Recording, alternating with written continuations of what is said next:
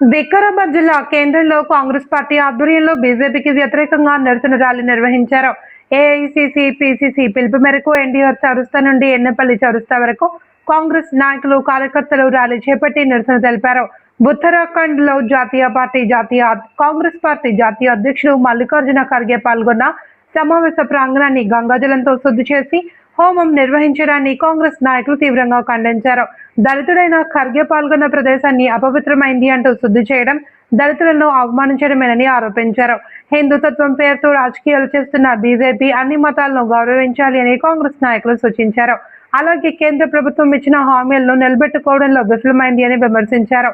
ఎన్నికల సమయంలో పేదల ఖాతాల్లో 15 లక్షల రూపాయలు జమ చేస్తామని ఇచ్చిన హామీ ఏమైంది అని ప్రశ్నించారు.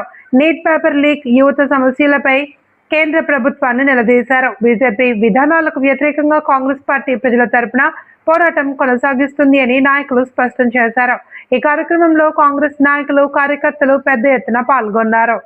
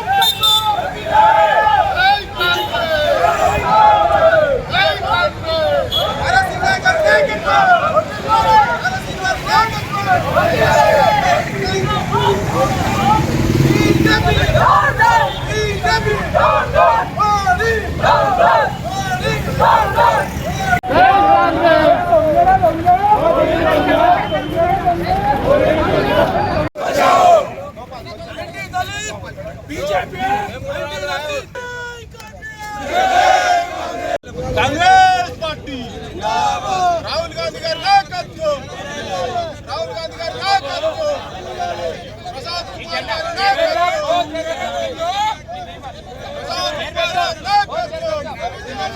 ప్రసాద్ కుమార్ గారి నాయకత్వం. జై కాంగ్రెస్.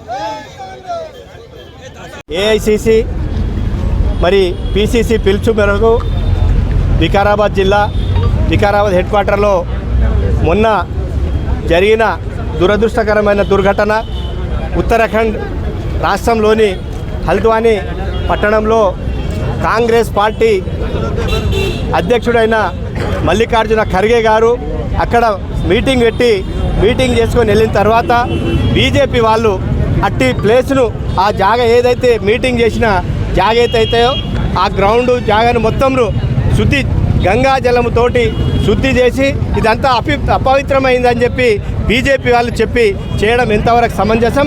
దాని తర్వాత ఆ గంగా జలంతో శుద్ధి చేసి అక్కడ ఆ జాగాలో హోమం చేయడం కూడా జరిగింది. స్వాతంత్రం వచ్చి 80 సంవత్సరాలు అవుతున్నా మరి ఈరోజు బీజేపీ పరిపాలిస్తున్న ఈ 12-13 సంవత్సరాల్లో ఇటువంటి చర్యలు చేయడం హేళమైన పద్ధతి. మరి ఎప్పుడు కూడా మేము అందరం హిందూ దేశం అని చెప్పుకునే బీజేపీ మరి ఈరోజు ఒక దళితుడిని అవమానించి మరి అట్టి ప్రదేశాన్ని, మీటింగ్ చేసిన ప్రదేశాన్ని ప్రేక్షణన చేయడం ఎంతవరకు సమంజసం? దీనికి మేము కాంగ్రెస్ పార్టీ తరఫు నుంచి ఖండిస్తున్నాం.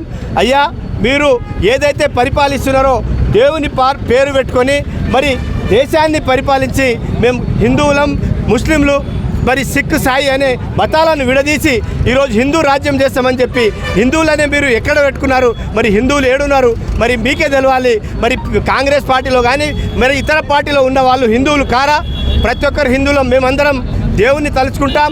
మీకంటే ఎక్కువ దేవుళ్ళకు పూజ చేసే వాళ్ళం మేము అన్ని పార్టీలలో ఉన్నారు. కానీ మీరు మాత్రం హిందూ హిందూ అని చెప్పి దేశాన్ని దోచుకోవడం, మరి రాముని పేరు మీద రాముడు అనే రథసారథి రాముని దేవుని పేరు పెట్టుకొని మరి ఆ రాముని యొక్క గుడిలో వచ్చిన రామ మందిరంలో వచ్చిన చందా మొత్తం ఇష్టం వచ్చినట్లు మొత్తం కాజేసిన వీరులు మీరు. మరి అక్కడ ఉన్న ప్రభుత్వం బీజేపీ ప్రభుత్వమే. మరి యూపీ రాష్ట్రంలో బీజేపీ ఉన్న ప్రభుత్వం ఏం చేస్తుంది? మీ ఏజెంట్లు మీరు మరి దేవుళ్ళ పేరు చెప్పి లక్షల కోట్ల రూపాయలు దోచుకోవడం జరుగుతుంది. మరి ఆ రోజు ఎలక్షన్లో నల్లధనాన్ని తీసుకొని వచ్చి ప్రతి పేద కుటుంబానికి 15 లక్షల వారి యొక్క అకౌంట్లో వేస్తామని చెప్పి ఆ రోజు మోడీ గారు చెప్పడం జరిగింది. మరి నల్లధనం ఎక్కడ పోయింది? ఈరోజు 15 లక్షల రూపాయలు పేదోళ్ళ అకౌంట్లో ఎక్కడున్నాయి? కాబట్టి దయచేసి బీజేపీ ప్రభుత్వానికి మరి మోడీకి కానీ అమిత్ షాకి కానీ మేము హెచ్చరిస్తున్నాం. మీరు చేసే పరిపాలన మొత్తం ఎవరికైతే మోడీ మీరు చేస్తున్నారో ఈ మోడీ మొత్తం చేసిన ట్యాక్స్ మొత్తం అందరికీ ఈ ఇద్దరికి అదాని అంబానీలకు పంచిపెట్టడం జరుగుతుంది. ఏ పేదోనికి కూడా రూపాయి రావడం లేదు. మరి ప్రతిదానికి ఏదో నోరు పడేసుకొని ఇష్టం వచ్చినట్లు కాంగ్రెస్ అధినాయకత్వాన్ని మాట్లాడడం ఎంతవరకు సమంజసమో మీరు తప్పకుండా దాన్ని మేము ఖండిస్తున్నాం. ఏనాడు కూడా ఈ 13 సంవత్సరాల్లో బీజేపీ ప్రభుత్వం ఉన్నప్పుడు ఏనాడు కూడా ఏ ప్రభుత్వం ఏ పిల్లలకు కానీ ఏది కూడా చేసిన యువకులకు కానీ చేసిన ప్రోగ్రామ్స్ ఒక్కటి కూడా లేవు. మొన్ననే నీట్ కార్యక్రమంలో నీటిలో పేపర్లు లీక్ చేసి మరి దేశాన్ని అల్లోకల్లోలం చేసి మరి పిల్లలు యువకులు ధర్నా చేస్తుంటే వారి మీద వాటర్ ట్యాంక్స్ కానీ బాంబులు కానీ వేసి మరి వాళ్ళని కొట్టడం, చాలామందిని చంపడం జరిగింది. ఇవన్నీ బీజేపీ ప్రభుత్వం చేస్తుంది, ప్రజలు గమనిస్తున్నారు. కాబట్టి ప్రజలకు కోరేది ఒకటే, బీజేపీ వాళ్ళు ఇదే విధంగా ఉంటే ఈ దేశాన్ని వేరే దేశాలకు అమ్ముకొని పోతున్నారు. కాంగ్రెస్ వాళ్ళు ప్రతి మాటకు మాట్లాడితే కాంగ్రెస్ వాళ్ళు పాకిస్తాన్ను సపోర్ట్ చేస్తున్నారు, బంగ్లాదేశ్ను సపోర్ట్ చేస్తున్నారు. అరే పనికి మళ్ళీ మున్నాకు వెదవల్లారా, మీరు చేసింది ఏం లేదు.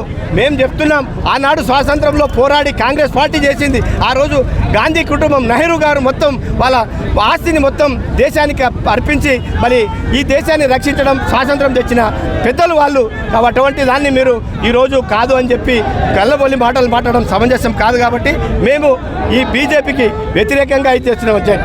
జై హింద్, జై భారత్.